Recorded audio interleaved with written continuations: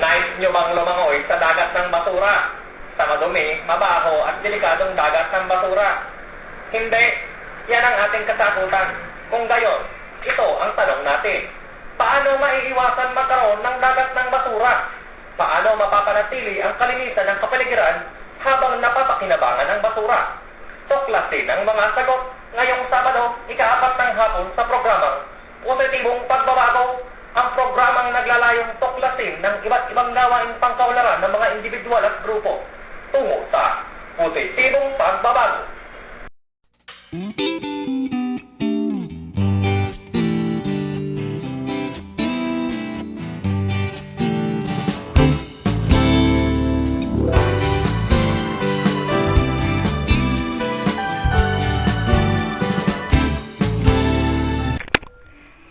Magandang hapon po sa inyong lahat.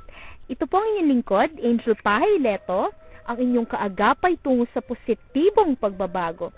Mga kabaryo, ihanda na po natin ang ating merienda. Mainit na kape at nilagang saging o balinghoy. Naku po, napakasarap naman po. Kaya na po, sa isang oras na naman ang huntahan. Ang paksa po natin ngayong hapon ay tungkol sa isang proyektong pangkalikasan ng mga taga-barangay Minantok West dyan sa Amadeo, Cavite. Ang pangalan po ng kanilang proyekto ay Botezario at Bakal. Layunin po ng nasabing proyekto ang maiwasan na magkaroon ng dagat ng basura. Upang lubos na maunawaan ang kanilang proyekto, tumungo po tayo noong nakaraang Lunes sa Dasmariñas, Cavite upang makapanayam si Binibining Myla Valencia. Mga kabaryo, si Binibining Myla po ay isang community organizer ng De La Salle Health Sciences Institute sa Dasmariñas, Cavite, na siyang gumabay sa mga taga Minantok West upang maipatupad ang kanilang proyektong pangkalikasan.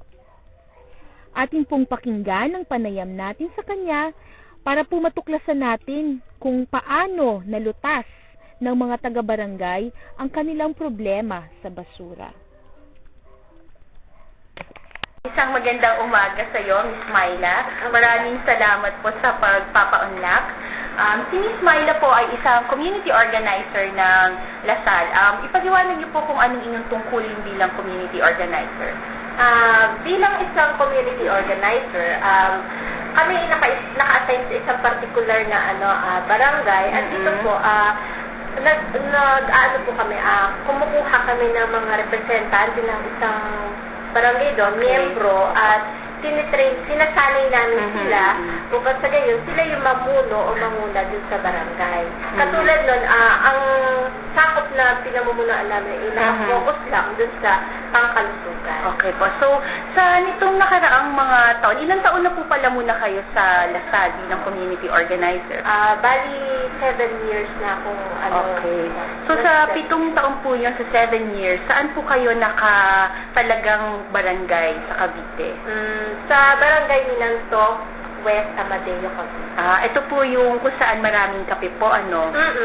Sige po. Tapos, kamusta naman po yung naging pag-oorganisa sa barangay Minantok West? Noong una, kasi syempre ang mga tao doon hindi naman sila sanay na yung naghahawak ng isang organisasyon.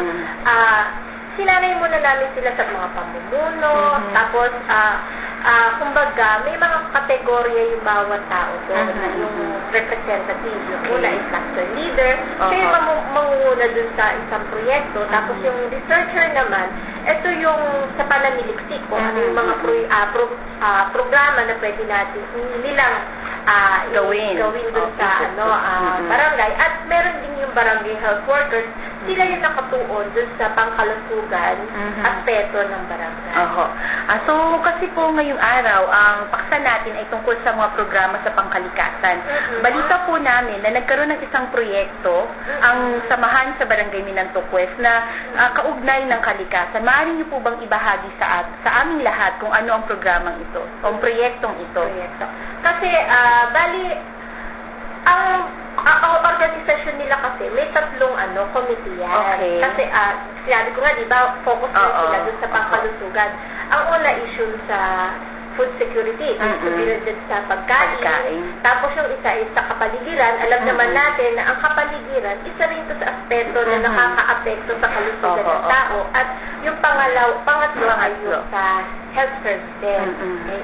So, yung sa environmental, ito yung sa kapaligiran, una mo na kasing ginawa ng opisina, nagkaroon sila ng lakbay-aral. Sila po ay nagpunta sa isang ahensya na kumbaga tumutukoy sa mga pagbubukod-bukod o kung paano nila minamanage yung pinamamahalaan yung basura na kumbaga kumikita at the same time yung tawag dito may kapakinabangan sa yung kalikasan. Kumbaga hindi nakakasira.